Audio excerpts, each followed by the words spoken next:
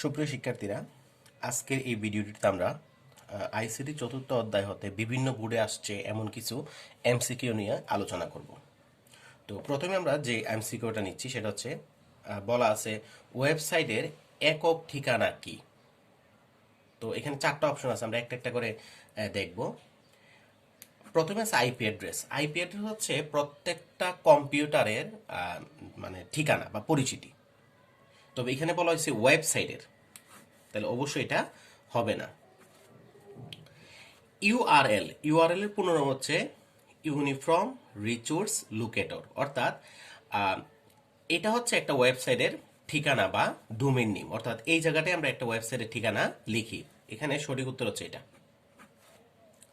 তারপর আরো দুইটা আছে, HTTP hyper text transfer protocol, অর্থাৎ এটা হচ্ছে এক কম্পিউটার থেকে আরেক কম্পিউটার, অর্থাৎ ইন্টারনেট মাধ্যম ব্যবহার করে এক কম্পিউটার থেকে আরেক কম্পিউটারে তথ্য প্রদানের ক্ষেত্রে আমরা এই প্রোটোকলটা ব্যবহার করি। এটা হচ্ছে একটা প্রোটোকল, এটা হবে না। এইচটিএমএল, এটা হচ্ছে হাইপার টেক্সট মার্কআপ ল্যাঙ্গুয়েজ, অর্থাৎ এটা হচ্ছে একটা মার্কআপ ল্যাঙ্গুয়েজ, এটাও হবে না। এখানে ওয়েবসাইটের একক ঠিকানা হলো ইউআরএল। আশা করি বিষয়টা বুঝতে পারছো। এরপর আমরা এর পরের নৈবেদিকটা নিয়ে আমরা আলোচনা করি, অর্থাৎ এমসিকিউটা নিয়ে আলোচনা করি। এখানে বলা হয়েছে ব্রাউজকারের সময় বাঁচে কোন ট্যাগে। এখানে একটা দুইটা তিনটা চারটা ট্যাগ দেওয়া আছে, আসলে আমরা একটু আলোচনা করি। ট্যাগ মূলত হচ্ছে দুই প্রকার, একটা হচ্ছে এমটি ট্যাগ আর একটা হচ্ছে কন্টেইনার ট্যাগ। এমটি ট্যাগ কোনটা? যেই ট্যাগে শুরু আছে আবার কিন্তু শেষ নাই, তাকে বলা হয় এমটি ট্যাগ। আর কন্টেইনার ট্যাগ হচ্ছে কোনটা? যেই ট্যাগের শুরু আছে আবার কি শেষ আছে, তাকে বলা হয় কন্টেইনার ট্যাগ। যেহেতু ট্যাগ নিয়ে একটু আলোচনা, ট্যাগ নিয়ে কথা হয়েছে, একটা ট্যাগ নিয়ে একটু আলোচনাই করি। যেমন লেফট অ্যাঙ্গেল ব্র্যাকেট ইমেজ, এটা হচ্ছে একটা এমটি ট্যাগ, এটা শুরু আছে বাট এটার কিন্তু শেষ নাই। একইভাবে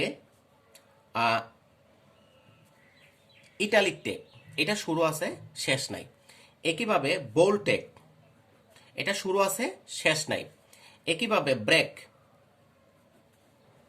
এটা শুরু আছে কিন্তু কি নাই, শেষ নাই।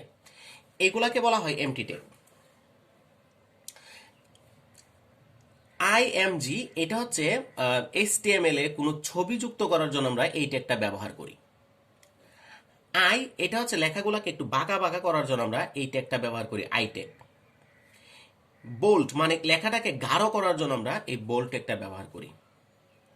আর বিআর অর্থাৎ আমরা প্রথম লাইন থেকে আমরা মানে এক লাইনের কাজ, একটা প্রথম লাইন শেষ করার পরে দ্বিতীয় লাইনে আসার জন্য আমরা এইচটিএমএল এই ব্রেক ট্যাগটা ব্যবহার করি, এদেরকে বলা হয় এমটি ট্যাগ।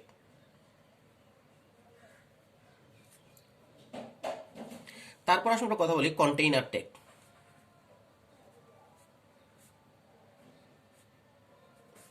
অর্থাৎ যেই ট্যাগের শুরু আছে আবার শেষ আছে তাকে বলা হয় কন্টেইনার ট্যাগ। যেমন left angle bracket HTML right angle bracket, আবার left angle bracket forward slash HTML right angle bracket.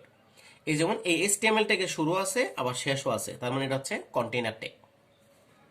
আর এই জায়গাটার মধ্যে ইলেমেন্ট নেওয়া হয়, অর্থাৎ এখানে ইলেমেন্টটা লিখতে হয়। একইভাবে left angle bracket a right angle bracket, আবার left angle bracket forward slash a right angle bracket, এটা হচ্ছে অ্যাঙ্কর ট্যাগ। এটা একটা কন্টেইনার ট্যাগ। তো আসলে আমরা বলি ব্যবহারকারীর সময় বাঁচে কোন ট্যাগে। এখানে একটা একটা আলোচনা করি।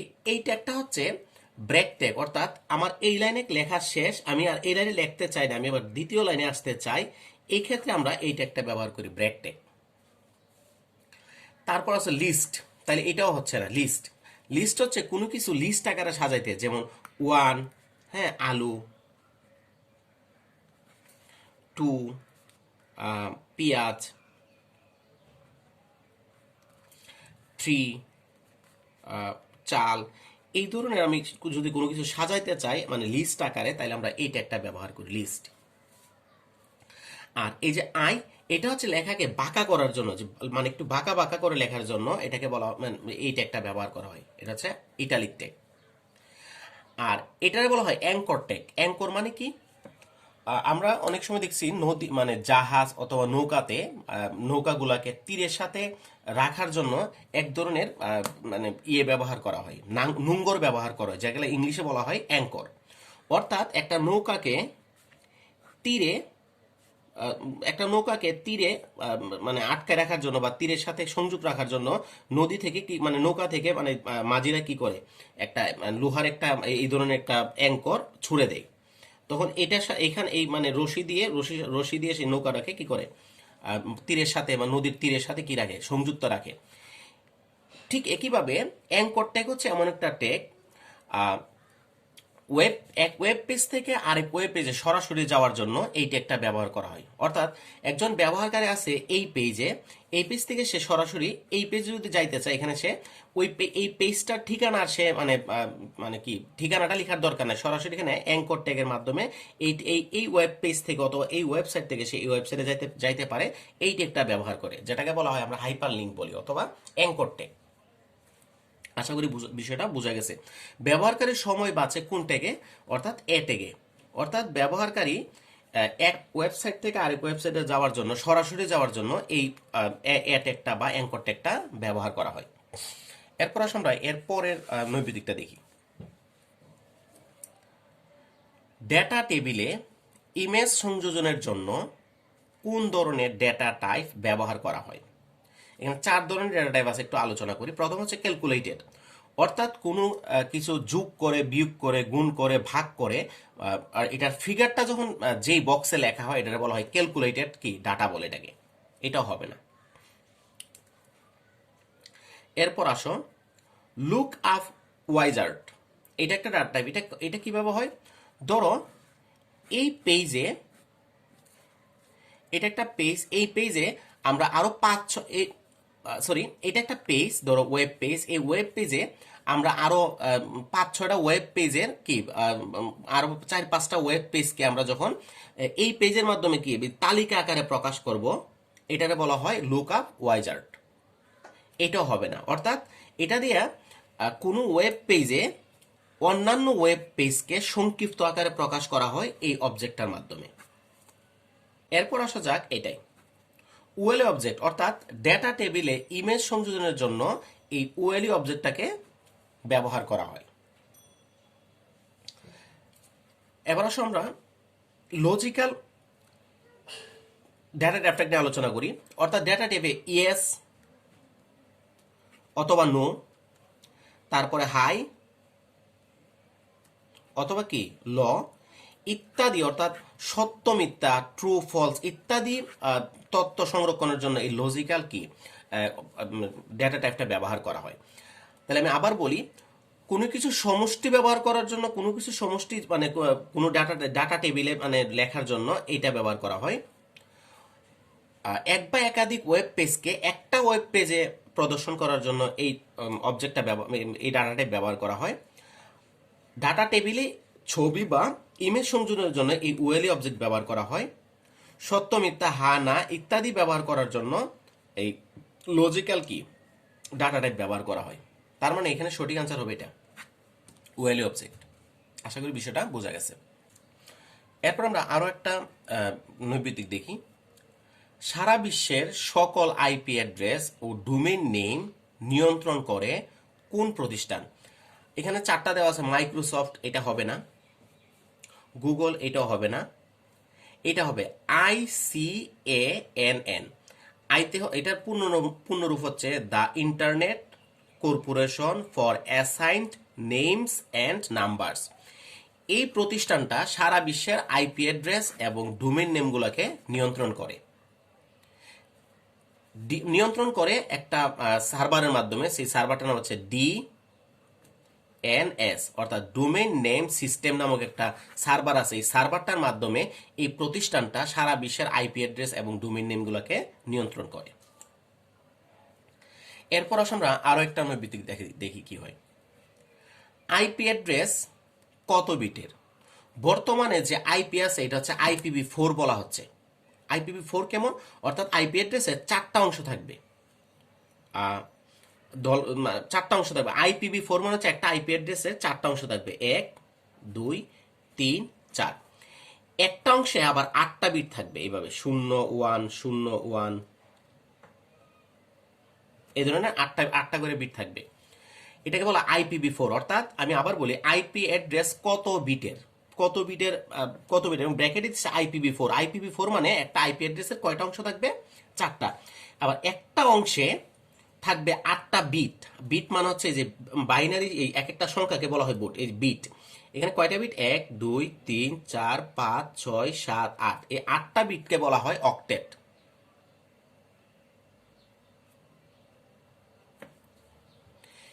এভাবে এখানেও থাকবে 8টা বিট,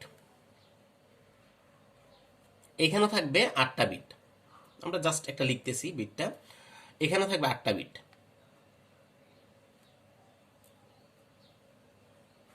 তাহলে 4টা অক্টেট সংখ্যা, এই যে 8টা বিটে হয় একটা একটা অক্টেট সংখ্যা।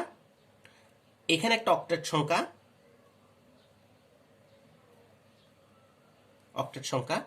এখানে একটা অক্টেট সংখ্যা, এখানে একটা অক্টেট সংখ্যা। তাহলে IPv4 মানে হচ্ছে 4টা অক্টেট সংখ্যা থাকবে, 1 2 3 4। আর এক একটা অক্টেট সংখ্যায় থাকবে 8টা করে বিট। তাহলে এখানে যদি 8টা বিট হয়, এখানে 8টা 16 24, এই হচ্ছে 32। তার মানে আইপি অ্যাড্রেস হচ্ছে 32 বিটের। আশা করি বিষয়টা বোঝা গেছে। এরপর আসলে আমরা এরপরের আরো একটা নৈবিত্তিক আমরা আলোচনা করি। কোন ওয়েবসাইট কাঠামোতে যে কোনো পেজ থেকে সরাসরি হোম পেজে যাওয়া যায়? এখানে 4টা ওয়েবসাইট কাঠামো দেওয়া আছে। একটা হচ্ছে হায়ারার্কিক্যাল, এটা হচ্ছে এটাকে আবার বলা হয় ট্রি কাঠামো। যেমন এটা কেমন? এটা হচ্ছে হোম পেজ। এই হোম পেজ থেকে এরপরে বের হবে এভাবে, মনে হয় 2টা 3টা বের হইলো। এটাতে আবার বের হইলো, শাখা প্রশাখা বের হবে, অর্থাৎ গাছের মতো বের হবে। এটারে বলা হয় হায়ারার্কিক্যাল বা ট্রি চক বা ট্রি কাঠামো। এখানে কখনোই এটা যদি এই পেজ থেকে ব্যাকে যদি যাই, আমরা কখনোই এই সরাসরি আমরা এই হোম পেজে যেতে পারবো না। আমরা এই পেজ থেকে যেতে পারবো এই পেজে, এই পেজ থেকে যেতে হবে হোম পেজে। অর্থাৎ এখানে একটা সিকোয়েন্স মেনটেন করা হয়, অর্থাৎ যে কোনো পেজ থেকে সরাসরি হোম পেজে যাওয়া যায় না। অর্থাৎ হায়ারার্কিক্যাল পদ্ধতিতে এখানে বলা হয়েছে কোন ওয়েবসাইট কাঠামোতে, আমরা জানি 4টাই ওয়েবসাইট কাঠামো। একটা হচ্ছে হায়ারার্কিক্যাল, তারপর হচ্ছে নেটওয়ার্ক, তারপর হচ্ছে লিনিয়ার, তারপর হচ্ছে কম্বাইনেশন বা হাইব্রিড। তো হায়ারার্কিক্যাল পদ্ধতিতে আমরা দেখতে পাইতেছি এটা হচ্ছে হোম পেজ, এটা হচ্ছে সাব পেজ, এটা হচ্ছে উপধারার পেজ। তো এই পেজটা থেকে আমরা মানে যেতে পারো ব্যাগে, আমরা এই পেজে, এই পেজ থেকে যেতে হবে হোম পেজে। কখনোই এই পেজ থেকে উপধারার পেজ থেকে আমরা সরাসরি হোম পেজে যেতে পারবো না। তার মানে হায়ারার্কিক্যাল পদ্ধতিতে যে কোনো পেজ থেকে সরাসরি হোম পেজে যাওয়া যায় না, এটা হচ্ছে না। তারপর আমরা আলোচনা করি নেটওয়ার্ক। নেটওয়ার্কটা কি? যে ওয়েবসাইট কাঠামোতে হোম পেজের সাথে প্রত্যেকটি পেজ সরাসরি যুক্ত থাকে, আবার প্রত্যেকটা পেজের সাথে যুক্ত থাকে, তাকে বলা হয় নেটওয়ার্ক। যেমন এটা হচ্ছে হোম পেজ, এটা হচ্ছে পেজ 1, এটা হচ্ছে পেজ 2, এটা হচ্ছে পেজ 3, আর এটা হচ্ছে পেজ 4। নেটওয়ার্ক কাঠামো কাকে বলে? যে ওয়েবসাইট কাঠামোতে হোম পেজের সাথে প্রত্যেকটি পেজ যুক্ত থাকে এবং প্রত্যেকটি পেজের সাথে আবার প্রত্যেকটি পেজ যুক্ত থাকে, তাকে বলা হয় নেটওয়ার্ক কাঠামো। যেমন এখানে এই হোম পেজের সাথে এখানে প্রত্যেকটা পেজ যুক্ত আছে, আবার এই পেজগুলো পাশাপাশি প্রত্যেকের সাথে প্রত্যেকে যুক্ত থাকবে।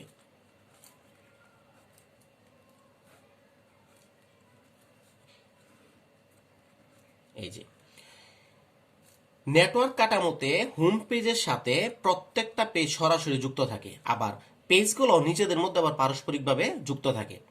এখানে দেখো, এই প্রথম পেজ থেকে আমি সরাসরি হোম পেজ আসতে পারবো, দ্বিতীয় পেজ থেকে সরাসরি হোম পেজ আসতে পারবো, তৃতীয় পেজ থেকে হোম পেজে আসতে পারবো, চতুর্থ পেজ থেকে আমি সরাসরি হোম পেজে আসতে পারবো। অর্থাৎ নেটওয়ার্ক কাঠামোতে প্রত্যেকটা পেজ হোম পেজের সাথে যুক্ত থাকে, পাশাপাশি তারা নিজেদের মধ্যে কি থাকে?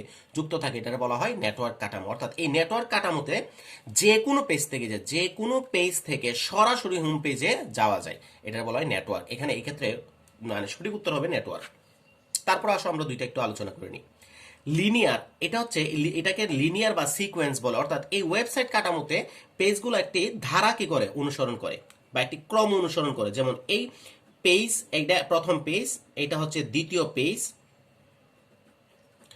এরপরটা হচ্ছে তৃতীয় পেজ, এরপরটা হচ্ছে চতুর্থ পেজ,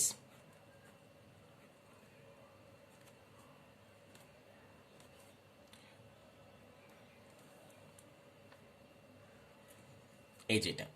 অর্থাৎ লিনিয়ার মানে হচ্ছে এই প্রথম পেজের পরে আমরা কখনোই তৃতীয় পেজে যেতে পারবো না, প্রথম পেজের পর আমরা যেতে পারবো দ্বিতীয় পেজে, দ্বিতীয় পেজের পর আমরা যেতে পারবো তৃতীয় পেজে, তৃতীয় পেজের পর আমরা চতুর্থ পেজ, আবার আমরা ঘুরে কোথায় আসবো, প্রথম পেজ। অথবা প্রথম পেজের পর আমরা দ্বিতীয় পেজে যেতে পারবো, দ্বিতীয় পেজ থেকে আবার ব্যাগে আমরা কি প্রথম পেজে আসতে পারবো, দ্বিতীয় পেজ থেকে তৃতীয় পেজে যেতে পারবো, অথবা তৃতীয় পেজ থেকে আমরা ব্যাগে তৃতীয় মানে দ্বিতীয় পেজে আসতে পারবো, তৃতীয় পেজ থেকে চতুর্থ পেজে যাইতে পারবো, চতুর্থ পেজ থেকে আবার ব্যাগে তৃতীয় পেজে আসতে পারবো, অথবা চতুর্থ পেজ থেকে আমরা আবার প্রথম পেজে আসতে পারবো। এটাকে বলা হয় লিনিয়ার। এখানে কখনোই প্রথম পেজের পর আমরা চতুর্থ পেজে যেতে পারবো না, এটা বলা হয় এখানে একটা মানে কি অনুক্রম অনুসরণ করা হয়, এটা হবে না। অর্থাৎ এখানে যে কোনো পেজ থেকে সরাসরি, এখানে কোনো হোম পেজই থাকে না। এই এই ওয়েবসাইট কাঠামোতে আমাদের বাংলাদেশে না সারা পৃথিবীতে যে অনলাইন পত্রিকাগুলো আছে, এই পত্রিকাগুলো এই ওয়েবসাইট কাঠামো অনুসরণ করে বা এই ওয়েবসাইট কাঠামোতে তাদের ওয়েবসাইটগুলো তৈরি করে। এরপরটা হচ্ছে কম্বাইনেশন। কম্বাইনেশন কাকে বলে? এই যে হায়ারার্কিক্যাল, নেটওয়ার্ক এবং লিনিয়ার, এই তিনটা ওয়েবসাইট কাঠামোকে একত্রিত করে যে নতুন ওয়েবসাইট কাঠামো তৈরি করা হয়, এটা বলা হয় কম্বাইনেশন বা হাইব্রিড। অর্থাৎ এই ওয়েবসাইট কাঠামোতে নেটওয়ার্ক, লিনিয়ার এবং হায়ারার্কিক্যাল এই তিনটা সংমিশ্রণ করা হয়, এই জন্য এটা বলা হয় হাইব্রিড। আশা করি বিষয়টা বোঝা গেছে। এরপর আমরা আরো একটা নৈবেদিক দেখি বা এমসিকিউ দেখি। বলছে নিচের কোনটি সঠিক? এখানে ওয়েবসাইটে ছবি যুক্ত করার জন্য যে ট্যাগটা ব্যবহার করা হয়, এখানে 4টা ট্যাগ দেওয়া হয়েছে, এর মধ্যে একটা সঠিক আছে, 3টা ভুল আছে। আমরা ধরে নিই বুক ডট জেপিজি, এই ছবিটা আমি একটা ওয়েবসাইটে যুক্ত করব, এর জন্য আমার ট্যাগটা যে দিতে হবে, ট্যাগটা হবে এমন লেফট অ্যাঙ্গেল ব্র্যাকেট ইমেজ, এরপর আমি একটা গ্যাপ দিয়ে আমি একটা অ্যাট্রিবিউট ইউজ করব, আর অ্যাট্রিবিউটের নাম হচ্ছে এসআরসি মানে সোর্স। অর্থাৎ এই ছবিটা আমি ওয়েবসাইটে মানে আনার আগে এই ছবিটাকে আমার হার্ড ডিস্কে বা হার্ড ড্রাইভে কোনো না কোনো জায়গায় আগে রাখতে হবে। হার্ড ড্রাইভ থেকে আমি ছবিটা আমার ওয়েবসাইটে আনার জন্য এখানে আমরা একটা এসআরসি সোর্স হিসাবে আমরা কি একটা কল করতে হবে, এবং এইটার এই পাশে আমরা কোটেশন মার্ক দিয়ে আমরা এই ছবির নামটা লিখে দিতে হবে, বুক ডট জেপিজি। এটা হচ্ছে একটা ছবি কল করার সঠিক নিয়ম। দেখি এই কোডের সাথে মিলে যাচ্ছে এখানকার এই কোডটা, left angle bracket image src equal quotation mark book dot jpg, এখানে লিখছি রুজ ডট জেপিজি। এটা এখানে যে অ্যাট্রিবিউটটা ব্যবহার করছি, অ্যাট্রিবিউটের নাম হচ্ছে এসআরসি। এই যে এই ইকুয়ালের এই যে মানে ইকুয়াল যে সাইনটা আছে, এটার এই পাশটারে বলা হয় অ্যাট্রিবিউট নেম, আর এই পাশটারে বলা হয় অ্যাট্রিবিউট ভ্যালু। তার মানে এখানে সঠিক উত্তর হচ্ছে এটা। আশা করি বিষয়টা বোঝা গেছে। এরপর আমরা আরো একটা মানে এমসিকিউ আলোচনা করি। এখানে বলা হয়েছে ব্রাউজার যদি কোনো কারণে ইমেজ লুট করতে ব্যর্থ হয়, তখন ইমেজের পরিবর্তে কোনো টেক্সট প্রদর্শনের জন্য ব্যবহৃত অ্যাট্রিবিউট কোনটি? আচ্ছা, অনেক সময় ছবিতে প্রবলেম থাকার কারণে ছবি ব্রাউজার লুট করতে পারে না। এক্ষেত্রে ছবি যদি নাও আনতে পারে, মানে ব্রাউজার এখানে একটা লেখা দেখাবে, একটা টেক্সট দেখাবে, এটাকে বলা হয় এই টেক্সটটা দেখানোর জন্য, লেখাটা দেখানোর জন্য কোন ট্যাগ ব্যবহার করা হয়, কোন অ্যাট্রিবিউট ব্যবহার করা হয়। যেমন আমি কিছুক্ষণ আগে আমি যে ট্যাগ মানে যে কোডিংটা করছিলাম, এখানে বুক ডট জেপিজি অনেক সময় ফাইলের এক্সটেনশন, ফাইলের সাইজের কারণে, নানা কারণে মানে ব্রাউজারে ছবিটা আসতে চায় না বা আসে না। এক্ষেত্রে না আসলে একটা ট্যাক্স দেখাবে, এই মানে এই বইটার নামটা দেখাবে। তো এই ক্ষেত্রে আমরা কোন অ্যাট্রিবিউট ব্যবহার করি, আসলে আমরা একটু দেখি। আমরা একটা কোডিং করি, কোডিং করলেই বুঝতে পারবো। ধরো আমি এই ছবিটা আমরা আগে লিখি, left angle bracket IMG image, একটা গ্যাপ দিয়ে আমরা লিখবো SRC, কোটেশন মার্ক দিয়ে লিখবো বুক ডট জেপিজি। এখানে কোনো আর কমা টমা কিছু দেওয়ার দরকার না, একটু গ্যাপ দিয়ে আমরা লিখবো ALT মানে অল্টারনেটিভ, বুক ডট জেপিজি। অনেক সময় দেখা গেল এটা হচ্ছে ওয়েব পেজটা, অনেক সময় ছবির সাইজের কারণে, ছবির লেন্থের কারণে বা নানান কারণে এই ছবিটা এখানে হইল না, না হইলে সরাসরি এই নামটা আসবে বুক ডট জেপিজি, অর্থাৎ আমি এখানে বুঝবো, এই নামটা দেখে বুঝবো এখানে এই ছবিটা হওয়ার কথা ছিল, অর্থাৎ এই ছবিটা এখানে আসার কথা ছিল। তখন আমি পরবর্তীকালে মানে কোডিংটা আমরা ঠিক করে নিতে পারবো, এটার প্রবলেমটা আমরা সলভ করে নিতে পারবো। আমি আবারও বলি, অনেক সময় যদি ছবি না আসে, এই ক্ষেত্রে ছবির নামটা আসবে, এই যে ছবির নামটা, এই যে এই নামটা শো করবে ডট বুক ডট জেপিজি। তখন আমি বুঝতে পারবো এই বুক ডট জেপিজি ছবি না এসে নামটা যখন আসবে, আমি বুঝতে পারবো এই ছবির জায়গায় এখানে নামটা শো করলে আমরা বুঝতে পারবো এই নামের ছবিটা এখানে শো করা হতে হবে। পরবর্তীকালে আমরা এটা কারেকশন করে নিতে পারবো, এটা বলে অল্টা অ্যাট্রিবিউট, অল্টারনেটিভ বা অল্টা অ্যাট্রিবিউট, এক্ষেত্রে এটা ব্যবহার করা হয়। ব্রাউজার যদি কোনো কারণে ইমেজ লুট করতে ব্যর্থ হয়, তখন ইমেজের পরিবর্তে কোনো টেক্সট প্রদর্শনের জন্য ব্যবহৃত অ্যাট্রিবিউট কোনটি? অর্থাৎ ইমেজ যদি নাও লুট করতে পারে, এই ক্ষেত্রে ইমেজের পরিবর্তে একটা টেক্সট, এই যে এই লেখাটা শুধু শো করবে, এখানে ইমেজটা শো হইতো বাট এখানে লেখাটা শো হবে বুক ডট জেপিজি। তখন আমি বুঝতে পারবো এই নামের ছবিটা এখানে মানে কি আনতে হবে, তখন আমরা এটাকে সংশোধন করে নিতে পারবো পরবর্তীকালে। আশা করি বিষয়টা বোঝা গেছে। এখানে আমরা যে এমসিকিউটা পাই সেটা হচ্ছে আরজিবি। আরজিবি এর পূর্ণ হচ্ছে রেড, গ্রিন, ব্ল্যাক, তিনটা মৌলিক রং। আরজিবি 255 আবার 255 দ্বারা কোন রং নির্দেশ করে? আমি এখানে চারটা অপশন রয়েছে, সাদা, লাল, নীল, সবুজ। একটু লক্ষ্য করো, 255 আবার 255 অর্থাৎ 255 আবার 255, এটা হচ্ছে লাল। এরপরটা লালটা হচ্ছে সরি সাদা, আরজিবি, এটা সাদা। এখানে আরজিবি থাকতে হবে, আর জিবি, এখানে আর জিবি 255 এটা হচ্ছে লাল, আর জিবি 255 এটা হচ্ছে নীল, আর আর জিবি 128 এটা হচ্ছে সবুজ। তার মানে এটা হচ্ছে সাদা, এই যে সাদা। আমরা আরেকটা দেখি, এখানে বলা হয়েছে স্ট্যাটিক ওয়েবসাইটের বৈশিষ্ট্য কোনটি? আসলে ওয়েবসাইট হচ্ছে দুই প্রকার, একটা হচ্ছে স্ট্যাটিক আর একটা হচ্ছে ডাইনামিক। হ্যাঁ, আমরা একটু আলোচনা করি। ওয়েবসাইট মূলত হচ্ছে দুই প্রকার, একটা হচ্ছে স্ট্যাটিক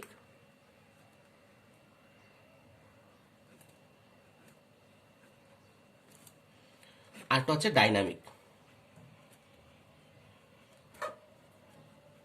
আচ্ছা, স্ট্যাটিক ওয়েবসাইট কাকে বলে? যে ওয়েবসাইটের কন্টেন্ট রান টাইমে পরিবর্তন করা যায় না, তাকে বলে স্ট্যাটিক ওয়েবসাইট। আর এটা আমরা কিভাবে চিনবো? যে ওয়েবসাইটে গিয়ে আমরা ওয়েবসাইটটা ভালো লাগলো না খারাপ লাগলো মানে অনুভূতি প্রকাশ করার কোনো জায়গা পাবো না, অর্থাৎ কমেন্ট করতে পারবো না, তাদেরকে জানাইতে পারবো না। ধরো তুমি একটা ওয়েবসাইটে গেছো, যাওয়ার পরে ওয়েবসাইটটা খুব ভালো লাগছে তোমার কাছে, ওয়েবসাইটটা তোমার কাছে মানে ইউজফুল মনে হয়েছে, এখন তুমি তাদেরকে কর্তৃপক্ষকে জানাইতে চাও যে আপনাদের ওয়েবসাইটটা আমার খুব ভালো লাগছে, এই ক্ষেত্রে আমরা একটা কমেন্ট করতে পারি। কিন্তু এই ওয়েবসাইটগুলোতে কমেন্ট করার কোনো সুযোগ থাকবে না, অর্থাৎ তুমি কোনো কিছু ইনপুট করতে পারবে না, অর্থাৎ তাদেরকে তোমার অনুভূতিটা জানাইতে পারবে না। এটাকে বলা হয় স্ট্যাটিক ওয়েবসাইট, অর্থাৎ এই ওয়েবসাইটের কোনো কিছুই পরিবর্তন করা যায় না। আর ডাইনামিক ওয়েবসাইট কাকে বলে? যে ওয়েবসাইটের কন্টেন্ট রান টাইমে পরিবর্তন করা যায়, অর্থাৎ কোনো একটা ওয়েবসাইটে তুমি গেলা, যাওয়ার পর তোমার ভালো লাগলো, এক্ষেত্রে তুমি ভালো লাগাটা না লাগাটা তুমি তাদেরকে জানাইতে পারবা কমেন্টের মাধ্যমে বা যে কোনো মাধ্যমে, এটাকে বলা হয় ডাইনামিক ওয়েবসাইট। যেমন উদাহরণ হিসেবে বলতে পারি, তোমরা যখন ফেসবুক ইউজ করো, ফেসবুক একটা ছবি দেখার পর বা একটা ভিডিও দেখার পরে তোমার অনুভূতিটা তুমি কমেন্টে লিখতে পারো, এটাকে বলা হয় ডাইনামিক ওয়েবসাইট। স্ট্যাটিক এবং ডাইনামিক ওয়েবসাইটের কিছু বৈশিষ্ট্য আছে বা পার্থক্য আছে। স্ট্যাটিক ওয়েবসাইট খুব দ্রুত লোড হয়, কিন্তু ডাইনামিক ওয়েবসাইট লোড হতে একটু সময় বেশি লাগে। স্ট্যাটিক ওয়েবসাইট তুমি একজন মানে স্ট্যাটিক ওয়েবসাইটের কোনো তথ্য পরিবর্তন করতে হলে কোড জানতে হয়, কিন্তু ডাইনামিক ওয়েবসাইটের কোনো তথ্য পরিবর্তন করলে কোড জানার দরকার নাই। যেমন ফেসবুকে আমরা একটা ছবি আপলোড করার জন্য কোড জানার দরকার নাই, জাস্ট আপলোড করে দিই। অর্থাৎ যারা টেক সম্পর্কে বা আইসিটি সম্পর্কে ধারণা নাই, তারাও ডাইনামিক ওয়েবসাইটে কাজ করতে পারে, কিন্তু স্ট্যাটিক ওয়েবসাইটের কোনো তথ্য পরিবর্তন করতে হলে কোড জানতে হয়।